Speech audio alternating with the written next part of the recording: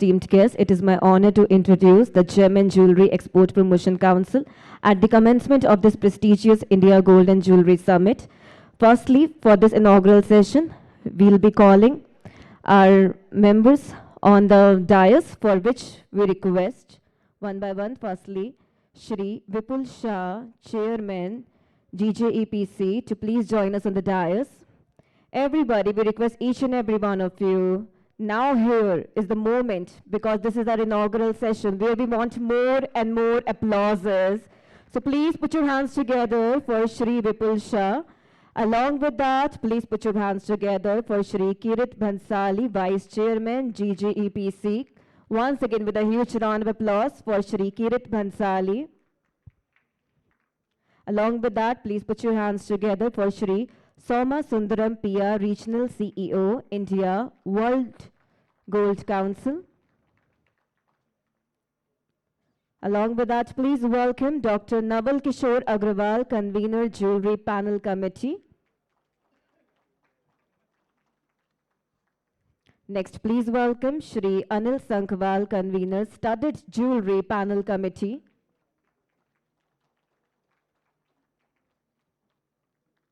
Shri Ashok Seth, Regional Chairman, Northern Region.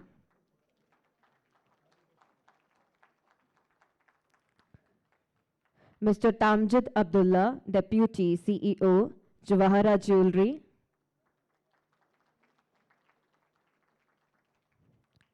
Shri Sabyasachi Ray, Executive Director, GJEPC.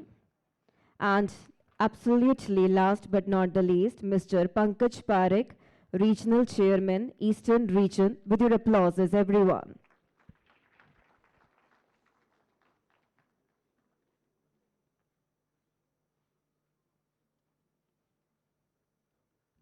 Ladies and gentlemen, firstly, we would like to commence the proceedings of this session with the esteemed lamp lighting ceremony as a symbol of auspicious beginnings. I request all our members on the dais to please step forward for lamp lighting ceremony first.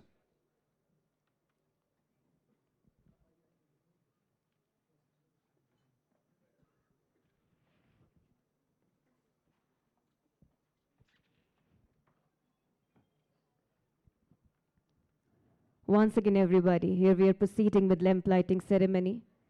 May Goddess Saraswati, may Lord Ganesha provide us with ultimate wisdom and knowledge in our lives.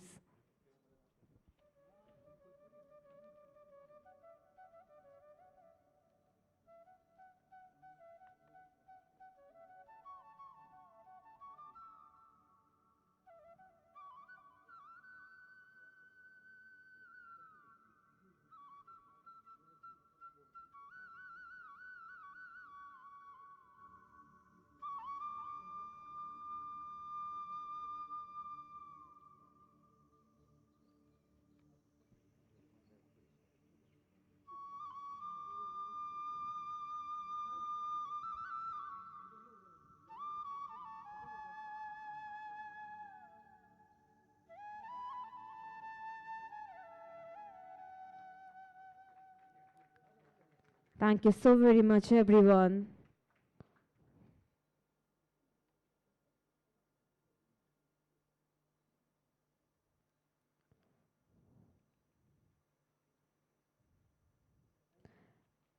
And after the auspicious lamp lighting ceremony, we thank everyone. We request everyone to please take your seats back. Along with that, we invite Shri Vipul Shah, Chairman, GJEPC, for the welcome address. Ladies and gentlemen, please give a huge round of applause to Shri Vipul Shah.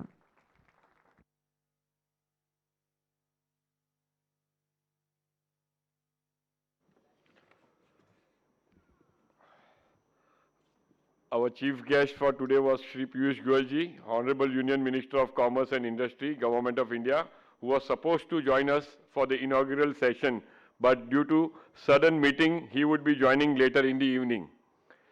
Shri Somasundaram, Regional CEO, India World Gold Council, Shri Kirit Bhansali, Dr. Naval Kishore Agrawal, Anil Sankhwal ji, Ashok Seth ji, Sabyasachi Ray, Pankaj Parekh, government officials, representatives from associations, friends from the trade, media, ladies and gentlemen. Good morning and a warm welcome to the 4th edition of India Gold and Jewellery Summit. The summit is organized annually by the collaborative efforts of the Gem and Jewellery Division of the Commerce Department of the Ministry and the Gem and Jewellery Export Promotion Council with assistance from the industry and other stakeholders. The aim is to create dialogue between the policymakers and the industry to help create policies for growth of trade and exports from India's gem and jewellery sector. The summit could not be organized in the past few years due to COVID and is now being organized in the backdrop of very key initiatives taken by the government like signing of India-UAE SEPA and India-Australia ACTA, successfully implementation of hallmarking and UID policy, a very successful review of India by FATF and a host of other initiatives. I thank the government and especially Piyush ji for his single-minded efforts to drive growth and business in the sector.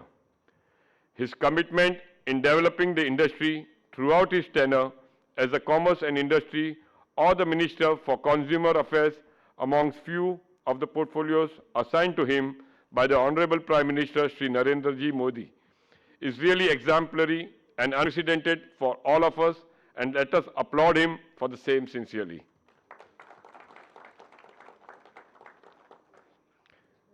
We are organizing this event on the backdrop of unprecedented Sthapna of the Ram Temple by the Honorable Prime Minister Shri Narendra Bhai Modi, which in his word as an event to change the destiny of India for another 1,000 years. We are approaching the 75th Republic Day in the midst of Amrit Kal to develop India to a developed nation by 2047. The gathering is a testament to the significance of the gold industry and the significant role in shaping our economic landscape. As we take stock of where we stand in the gold market, it is evident that India has made remarkable strides, creating a dynamic ecosystem with a vast potential for growth. This includes jewellery manufacturing units, retailers, exporters, refiners, gold exchange, skill development institutes, and promoters like GJEPC who showcase and create markets for India-made jewellery across the world. The government has been proactively working towards the pursuit of excellence through measures like the implementation of mandatory gold hallmarking, which ensures the quality and purity of gold jewellery, providing consumers with a third-party assurance. GJPC recently launched a SOP book for the gold jewellery industry, which sets out general compliances required to be undertaken by the gold jewellery industry for the perspective of customs law, foreign trade policy, goods and service tax, income tax, and hallmarking. India now has been own international bullion exchange that is set to make a big impact on the global market for precious metals. In terms of achieving manufacturing excellence amongst the MSME units as well, under the leadership of Honorable Minister Piyush Goyal ji, the industry has got its first mega common facility center called Bharat Ratnam in SEEPS, Mumbai, which was inaugurated by our Honorable Prime Minister recently when he was in Mumbai. The gold industry especially has been benefited by India-UAE SEPA, which was championed by our Honorable Commerce Minister. To take full advantage of SEPA, we have also set up India Jewellery Exposition Center in Dubai. India's exports of plain gold jewellery to UAE surged by 47% during April to November 2023. In fact, we commenced the summit with the first session focusing on the leveraging India-UAE SEPA for the export growth. India's gold jewellery ecosystems stand strong in its infrastructure, policies, exports, retail, design, and innovation, and is poised for a significant role on the global stage.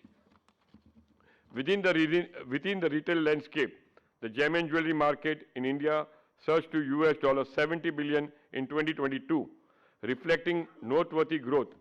Projections suggest that by 2030, it is poised to be more than double, reaching US $145 billion, highlighting the immense potential and demand within the domestic market. In 2022, the global exports of gold jewelry reached US $113.19 billion, which India contributing significantly by accounting for US $9.22 billion or 8.10% of this total. India secured its position as the fourth largest exporter of gold jewelry, following major players such as China, UAE, and Switzerland. We aim to reach a cumulative gem and jewelry export value of US $75 billion by 2030. Specifically, we have set a target for gold jewelry alone to achieve US $25 billion by 2030. With the participation of all stakeholders in the coming 2 days, we anticipate a collaborative efforts in formulating policies and measures that will assist us in achieving this objective. Collectively, we aspire to elevate the gold sector to unprecedented levels of success and excellence. Thank you. Thank you so very much for sharing your valuable insights. Ladies and gentlemen, this pivotal moment signifies the commencement of a significant event as we embark on the unveiling of a book, which is a culmination of inspiration and a creative endeavor totally. We request to please present the India UAE SEPA book, and we request everyone on the dais to please be a part by unveiling the book. To everyone in the audience today, and ladies and gentlemen, with your applauses here we are presenting India UAE SEPA book. To all you special people here,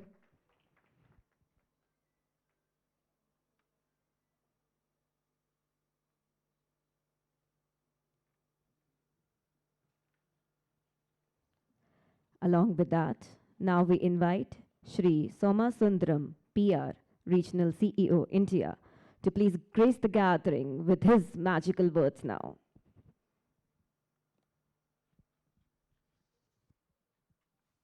Mr. Vipul Shah, Chairman GJPC, dignitaries on the dais, friends from the industry, good morning. So, first of all, thank GJPC for organizing this after a lag of 4 years. I think we started it a couple of years ago, and it became something which we all really look forward to. And then there was this big gap. We couldn't fill that, but I'm now glad that we are back, and I hope that this dialogue on gold through this event will continue.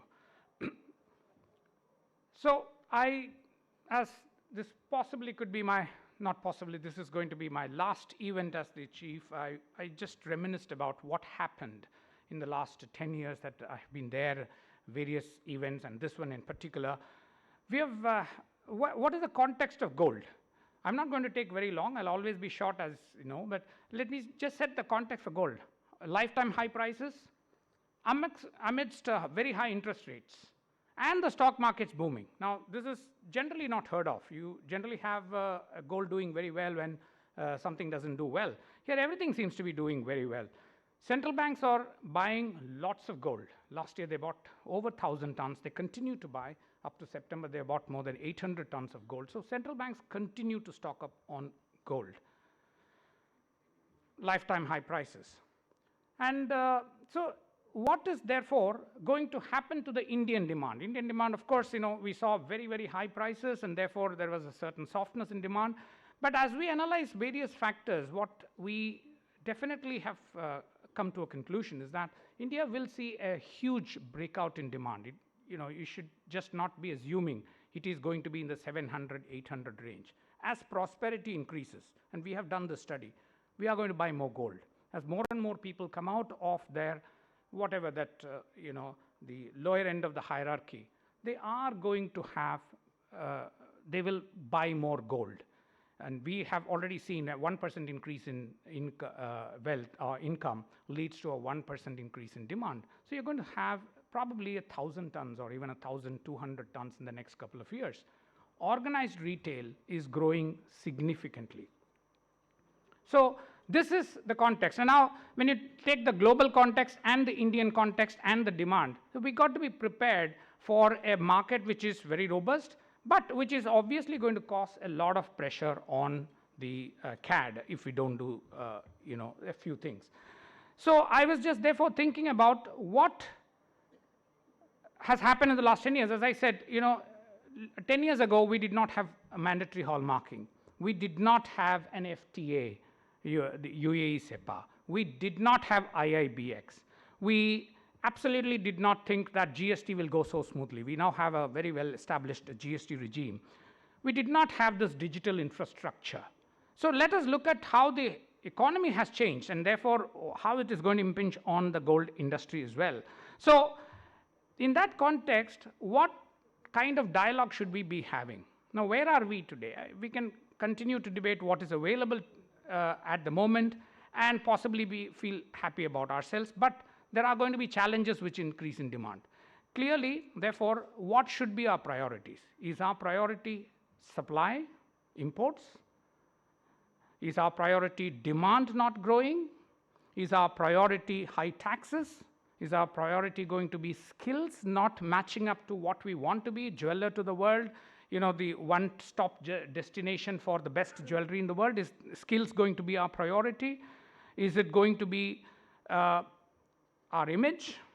Clearly. Is it going to be funding? Banks still consider this industry very, very high risk. So while there are several things going well for us, we definitely need to think of what our priorities are going to be in the next 10 years. And then therein comes our discussions and our debates in events like this. We absolutely need to have an agency like GJPC working to have a clear policy outline for the next 10 years. What is the next phase of policy? What are the things that we need definitely? Because as more and more organized retail grows, we are getting funding from the stock markets and from the public. Now that means there is a lot more riding than purely importing and exporting gold. There's public money flowing into this industry. Most of the big jewelers now are having an IPO plan or they've already done it. So we have integrated ourselves very slowly but definitely with the mainstream market. We need to therefore take gold in that line, and it is there that I still think that GJPC should take a lead in making sure that we have the next phase of gold reforms, which will clarify to everybody what are we going to do in this digital age, what are we going to do in this age of increasing organized retail, increasing demand, etc. As far as from the World Gold Council, we will always continue to be very supportive of this industry on the policy areas. Some of you might have already heard that we have a self-regulatory organization. We believe that the associations are doing a great job, but we still believe that this industry needs to definitely demonstrate a self-regulation. It's not that they are not regulating. The best practices are all there in this industry, but we need to demonstrate to the world and to the government of India that we can regulate ourselves. So we have already formed a self-regulatory organization. We'll be making it public in the next few weeks or months. We have got an advisory board. We are going to invite all the association chiefs to be part of this, and we will take it up, not taking the job of the association, but taking the job of, as I said, a self-regulatory authority. So I do require a lot of support from the industry and from association like GJPC in particular to make this happen. And perhaps if I have to leave one thought, in the next 10 years, if we were to read out a thing like this, what was the best thing that happened to the Indian industry? Perhaps it's going to be the self-regulatory organization supported by the industry. Thank you all very much. That was truly very inspirational. Thank you so very much. Along with that, ladies and gentlemen, definitely last but not the least, please welcome Mr. Kirit Bansali for his vote of thanks now.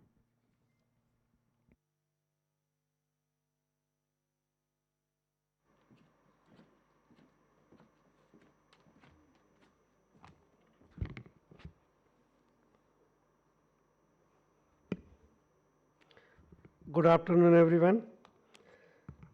Sri Som Sundaram, Regional CEO, India World Gold Council, Sri Vipul Shah, Chairman GJPC, Dr. Naval Kishore Agrawal, Convener Jewellery Panel Committee, GJPC, Sri Anil Sankwalji, Convener Studded Jewellery Panel Committee, GJPC, Ashok Seth, Regional Chairman, Delhi.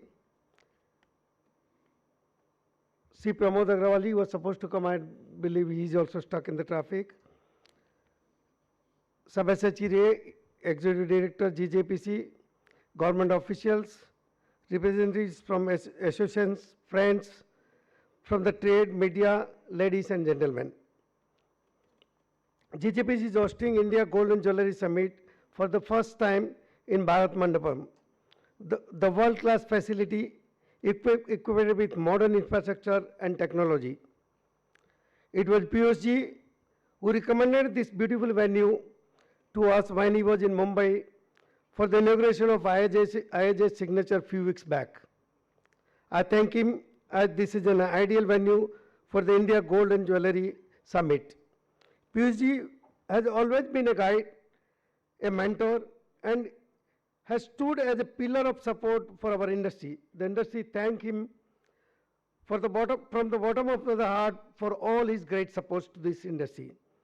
Thank you, Sri Son Sundaramji, Regional CEO India World Gold Council, for your extensive and continued support from the first edition of India Gold and Jewellery Summit. I don't remember the year, but it is almost 5 to 7 years. I would like to thank our chairman, Sri Vipul Shah, whose leadership and guidance played an important role in the success of successful organizing of this summit. Special thanks to Sri Naval Kishore Agrawal, convener Gold Panel Committee, Ashok Seth, Regional Chairman, North Region GJPC, Sri Anil Sankwalji, convener Studded Jewellery GJPC, Sri Ashok Seth, Regional Chairman, Northern Region, Sabyasachi Ray, the entire team of GJPC for the outstanding effort to organize this show. Thanks everyone who has participated today. I have come to know that because of the Republic Parade going on, the rehearsal is going on, many jewelers and many members could not attend this, but I invite everyone to join.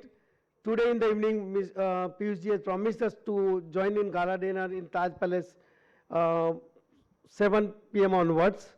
I would also like to thank media for their support and for this wonderful auditorium, Bharat Mandapam and the staff. Thank you all here once again. Thank you so much. Thank you so very much for delivering such a wonderful inaugural session for us all. Everybody, before we conclude, let's have a huge round of applause for everyone on the dais here with us. Everyone. One sec. I would like to Arulanandanji to come on dais, and as we have missed the minister, please share with your wonderful thoughts.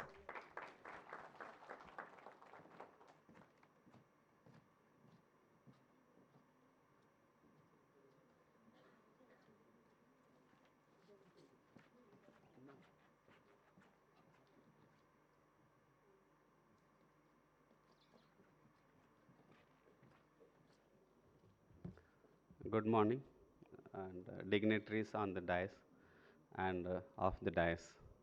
It's my privilege to stand before you, and would not like to take your time. There are challenges we all face in India in two fronts. One, we are a consuming nation and mostly dependent on the imports, not mostly, entirely. And what are the challenges in getting bullion gold? What are the challenges in getting Dore gold? It's mostly known to all of us. And when again further traveling,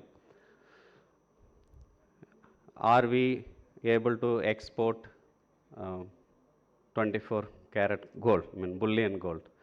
The answer is known to you. And within that premise, there are regulatory issues, aspects and challenges. And I'm very happy that World Gold Council and GJPC has joined together along with other stakeholders to make all of us think, deliberate, and find a way out. And that is where we in the Department of Commerce would like to benefit from each one of your thoughts, each one of your knowledge, and carry forward and how to convert these thoughts into action in the near future. And thank you for giving this opportunity. Thank you, each one of you. Good day.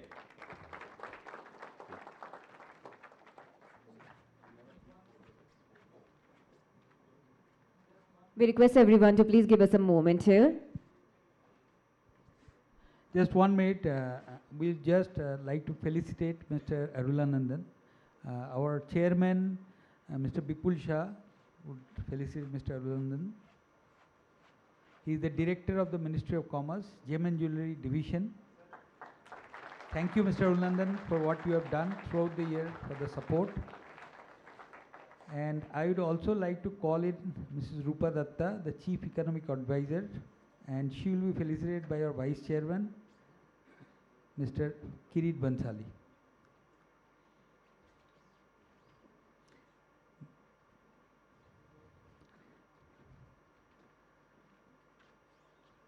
Mr. Rupa Datta is from Department of Industries.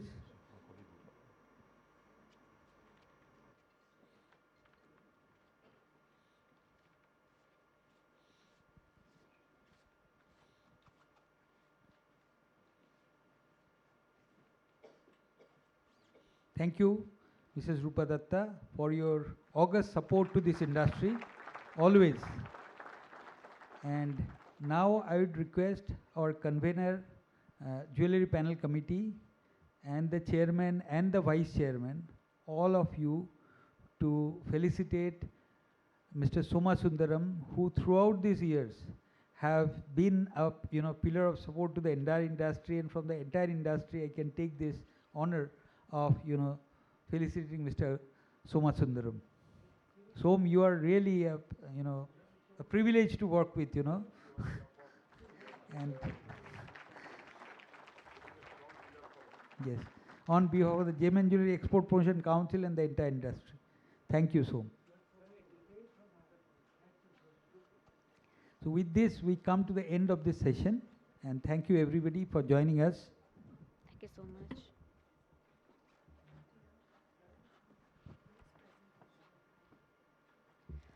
Thank you so very much, everyone, for this wonderful inaugural session. After this, we will begin with our next session. Actually, we should call it a presentation here, for which we will be inviting Mr. Harshal Barot, Senior Consultant, South Asia and Middle East, Metal